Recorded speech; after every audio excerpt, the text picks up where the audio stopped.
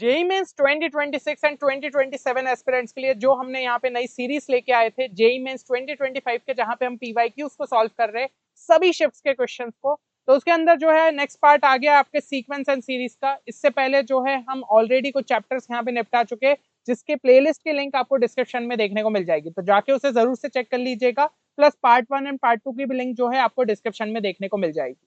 क्योंकि आपको एक चीज समझने की जरूरत है कि इस टाइम पे जो है मैथ्स यहाँ पे काफी ज्यादा जो है आपका ट्रिकी टाइप का पूछा जा रहा है ना। कुछ ही क्वेश्चंस जो है डायरेक्ट रहते हैं, लेकिन बाकी कॉन्सेप्चुअल रहते हैं, और आपको अगर प्रैक्टिस नहीं है क्वेश्चंस की तो यहाँ पे आपको दिक्कत आ सकती है। तो यहाँ पे सबसे अच्छा सोर्स जो कि प्रैक्टिस का रहता है दैट आर पीवाईक्यूज। और यहाँ पे मैं ट्राई करता हूँ कि आपको कुछ इंपॉर्टेंट शॉर्ट ट्रिक्स भी बताऊँ, किस तरीके से क्वेश्चन बहुत जल्दी सॉल्व किया जा सकता था, कॉन्सेप्ट कौन कौन से हमें जो है ध्यान रखने। तो इसलिए ये सीरीज आपके लिए काफी ज्यादा यूजफुल रह सकती है। चलिए, तो यहाँ पे जो है पहला क्वेश्चन हम देखते हैं। तो इस क्वेश्चन में आपको जो है सम पूछा है 1 + 3 + 11 + 25 + 45 + 71 अप टू 20 टर्म, जो कि हमारा यहाँ पे कब आया था 3 अप्रैल मॉर्निंग शिफ्ट के अंदर जो है पूछा गया था, है ना, 2025 में। तो अब इस क्वेश्चन के लिए हमें किस तरीके से अप्रोच करना पड़ेगा। देखिए, यहाँ पे जो सबसे बड़ा हमारे लिए चैलेंज रहेगा वो क्या रहेगा।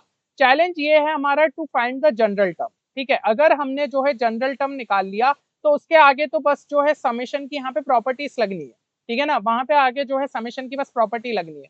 तो यहाँ पे जो है जनरल टर्म निकालने की कोशिश करते हैं। अब जनरल टर्म के लिए एक बहुत ही सिंपल सा मेथड यहाँ पे आपको जो है ये सीरीज को इस तरीके से लिखना है। ठीक है, जो कि आपको याद होगा कि एजीपी में भी अपन यही कॉन्सेप्ट लगाते, तो इसमें भी जो है यही कॉन्सेप्ट कि यहाँ पे आपको सीरीज जो है सबसे पहले लिख दी, और एक और फिर से जो है सीरीज को लिखा, और इस बार टर्म्स को क्या करा, एक एक पोजीशन से शिफ्ट कर दिया। तो यहाँ पे जैसे कि लास्ट टर्म अपन कहते हैं कि वो है अपना टी आर। ठीक है, तो यहाँ पे अगर मैंने एक एक इससे जो है शिफ्ट कर दिया इन टर्म्स को, तो कुछ इस तरीके से आ जाएंगे। और ये वाला टर्म इसके नीचे कौन सा आ जाएगा, जस्ट जो इससे पहले था वो लेट से टी आर -1 है, और टी आर जो है अपना एक पोजीशन यहाँ पे शिफ्ट हो गया, है ना। इस तरीके से अपने जो है मेंशन कर दिया।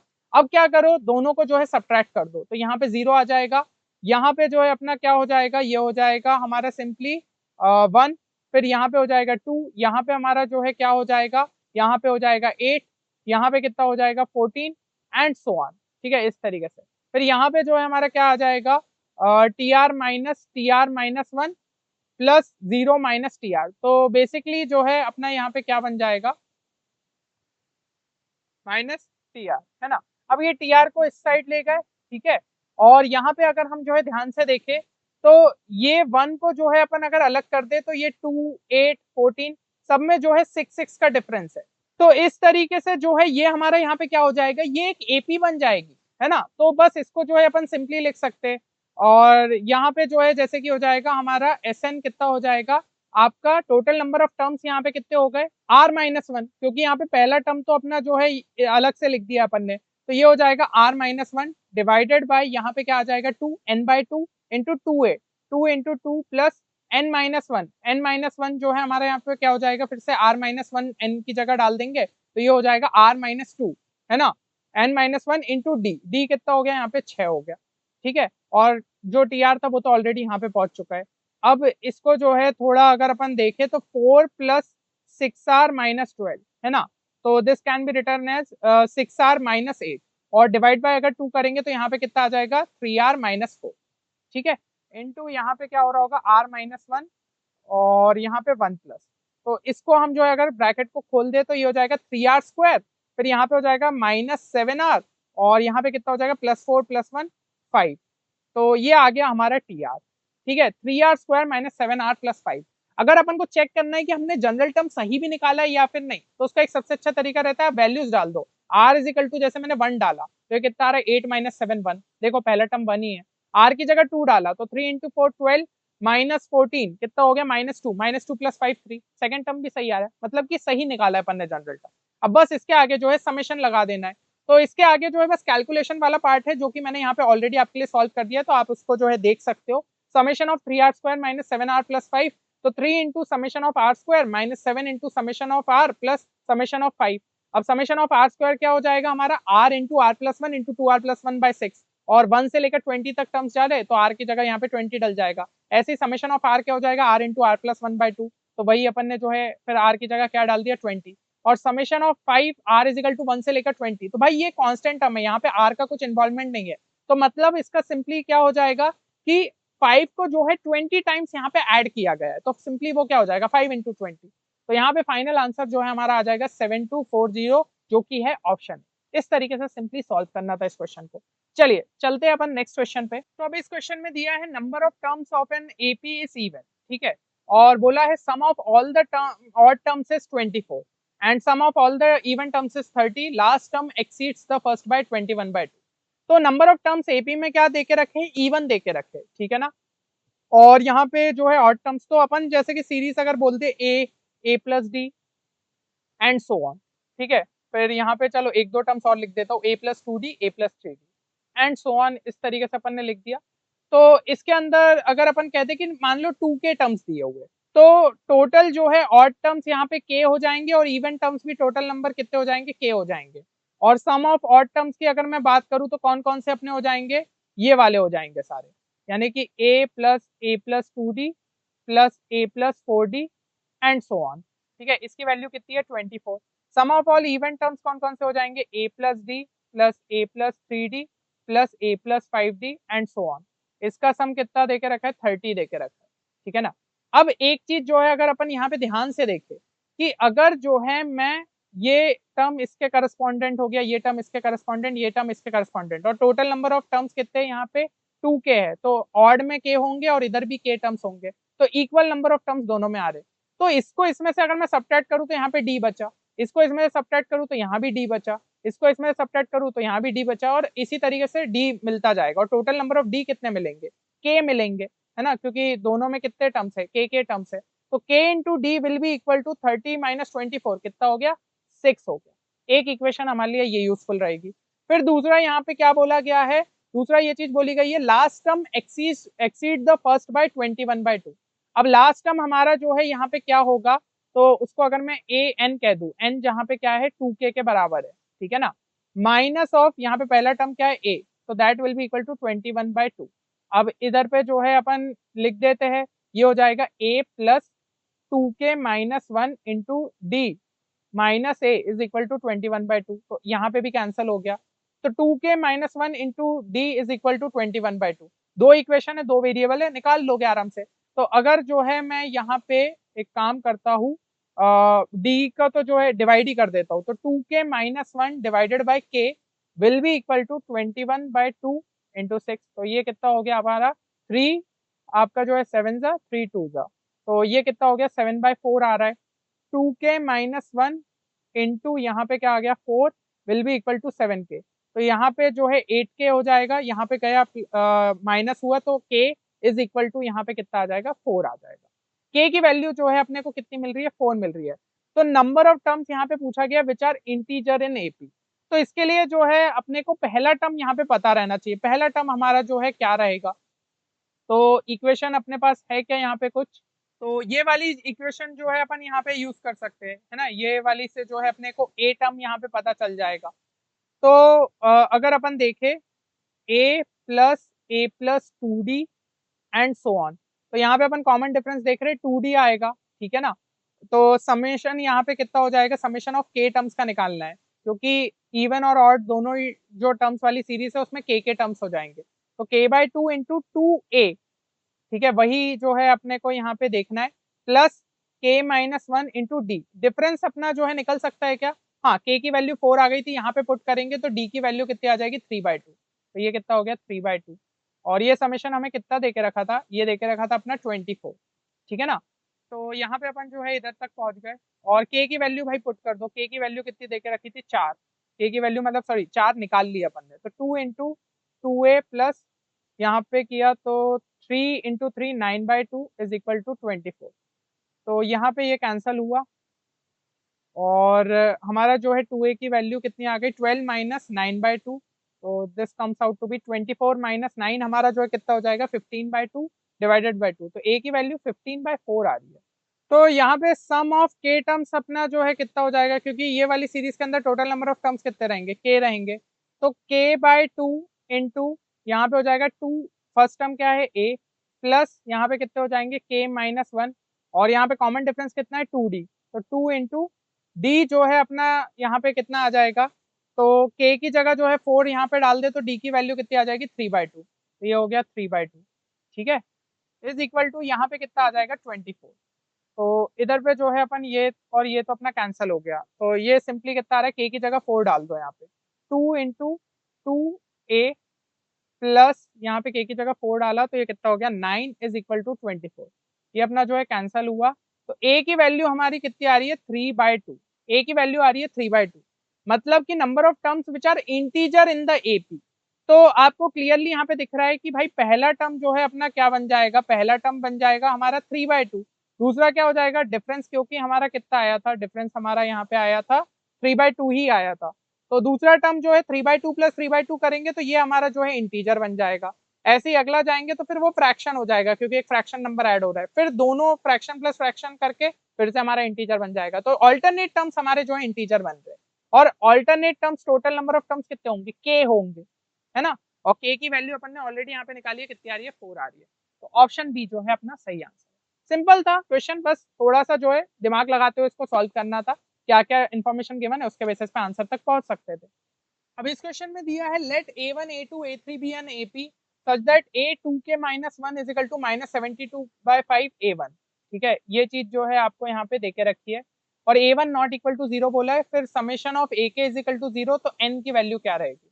अब जो इन्फॉर्मेशन देके रखी है उसके हिसाब से अपन चीजों को लिख देते, k की जगह अगर मैं 1 डालू तो ये कितना हो जाएगा आपका a1, k की जगह यहाँ पे 2 डालू तो a3, मतलब कि सभी ऑड टर्म्स है यहाँ पे, और कहाँ तक है तो k की जगह अगर 12 डाले तो a23 is equal to -72/5 a1।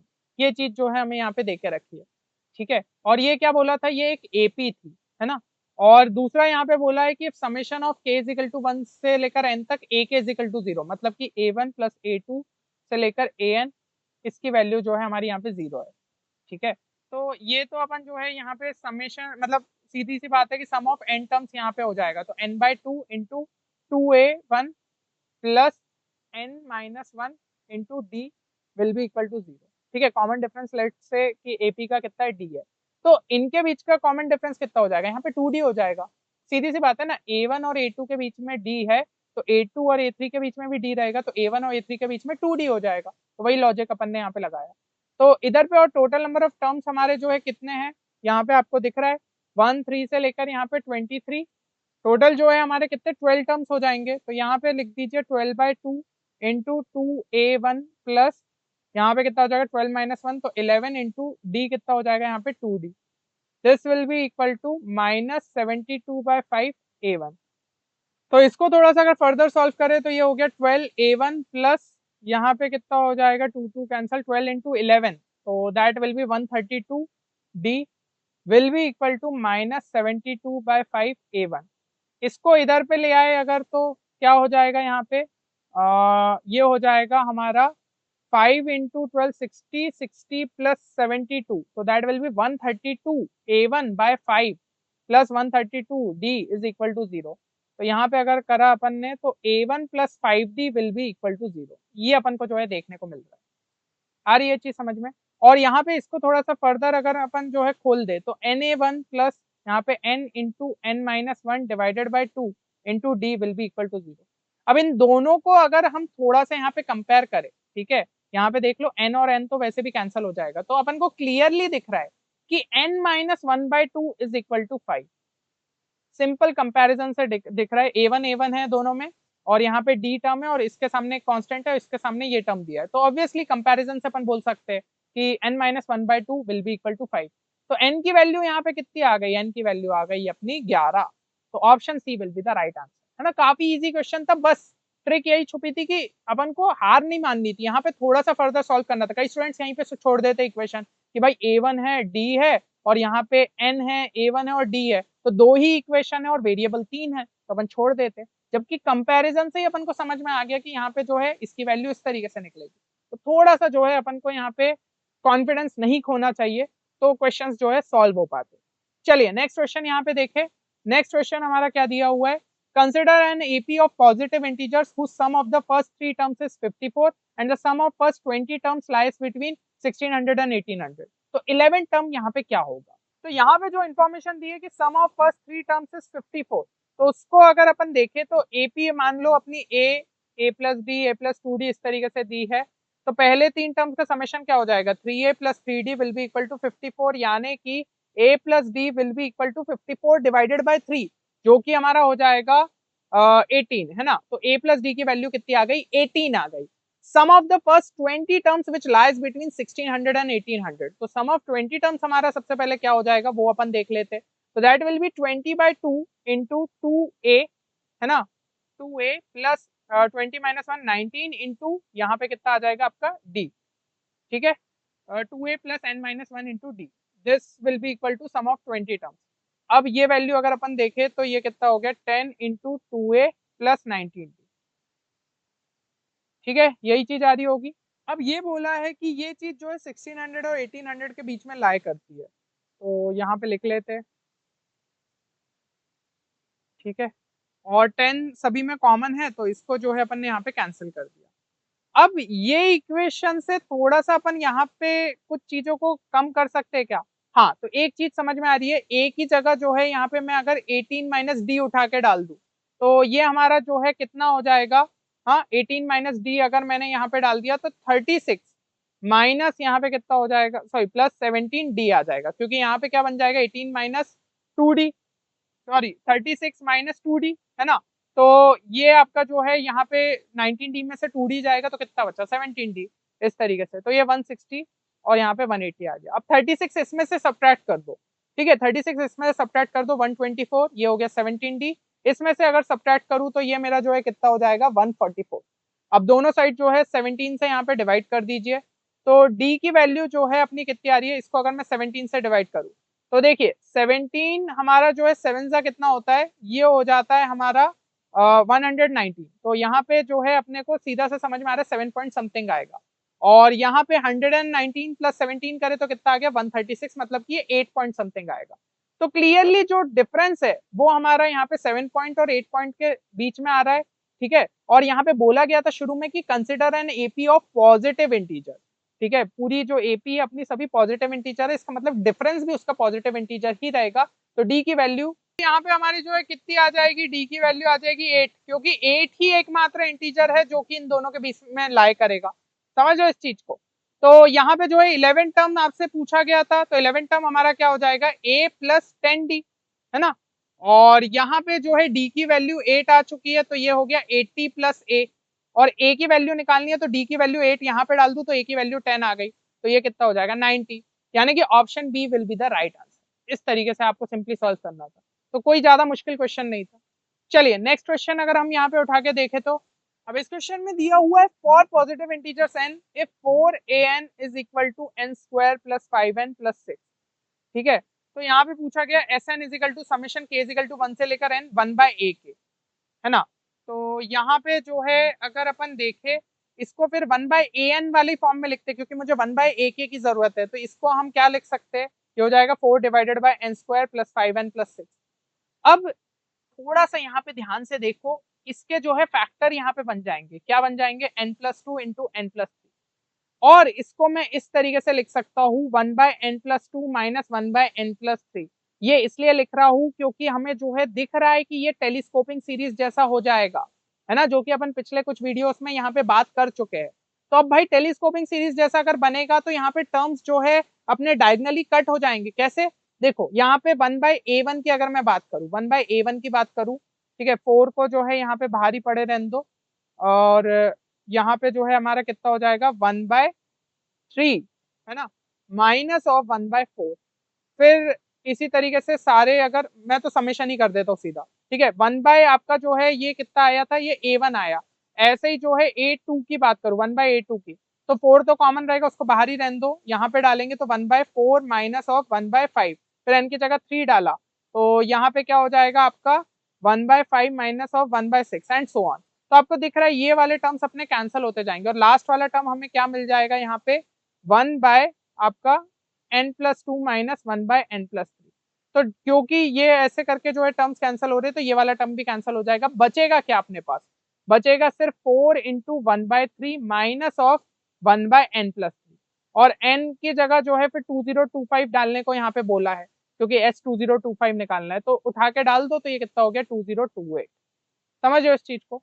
अब यहाँ पे जो है 3 इंटू अगर अपन करें, क्योंकि हमें एलसीएम लेने की जरूरत है, तो 3 इंटू 6 कितना हो गया 18, और 7 जा 21 और 1 8, तो यहाँ पे कितना 676, तो ये 676 आ रहा है। तो ये सॉल्व करके हमारा जो है क्या बन जाएगा 4 इंटू 675 डिवाइडेड बाई 2028, ये हमारा क्या आया S2025, और इसको इंटू 507 करना है। तो 507 इंटू 4 तो 2028 ही हो गया, तो ये आपस में कैंसिल हुआ। फाइनल आंसर हमारा क्या आ जाएगा 675। इस तरीके से सॉल्व करना था। कई बार क्वेश्चन में आपको जो है ये ऐसे अजीब अजीब से नंबर दे दिए जाएंगे, घबराना नहीं है, क्योंकि ये इंटीजर टाइप का क्वेश्चन है। इसके अंदर हो सकता है आपको यहाँ पे ऑप्शंस नहीं दिए रहते, तो आपको ये चीज समझनी है कि भाई इस तरीके से। अब यहाँ पे तो चलो ऑप्शन दे दिया गया, ठीक है, हो सकता है इसको इंटीजर टाइप में भी पूछ लिया जाता और वहां पे 675 दे दिया जाता, लेकिन ये जो है ना जानबूझ के किया जाता है कि चलो भाई आपके लिए आंसर जो है वो सिंप्लीफाइड मैनर में रहे, नहीं तो पता चला फिर फ्रैक्शन में लिखो या फिर डेसिमल में लिखो, वो थोड़ा सा कंफ्यूजिंग हो जाता है। तो देख के नंबर देख के डरना नहीं है, हो सकता है ये नंबर आपका कहीं ना कहीं डिनोमिनेटर में आ जाए और कैंसिल हो जाए, जो कि इस केस में हुआ। तो मेरे हिसाब से सारी चीजें जो है आपको क्लियर हो गई होगी। तो नेक्स्ट पार्ट में जो है अपन और बचे हुए सीक्वेंस एंड सीरीज के क्वेश्चन करेंगे। एंड इस चैनल पे आपको लगातार जो है जेईई मेंस एडवांस का कंटेंट आता रहेगा, तो चैनल को सब्सक्राइब करना ना भूलिएगा अगर अभी तक सब्सक्राइब नहीं किया है, क्योंकि कोई भी नोटिफिकेशन मिस होगा आपका ही यहाँ पे लॉस है। चलिए मिलते हैं नेक्स्ट वीडियो में, तब तक के लिए take care and good bye.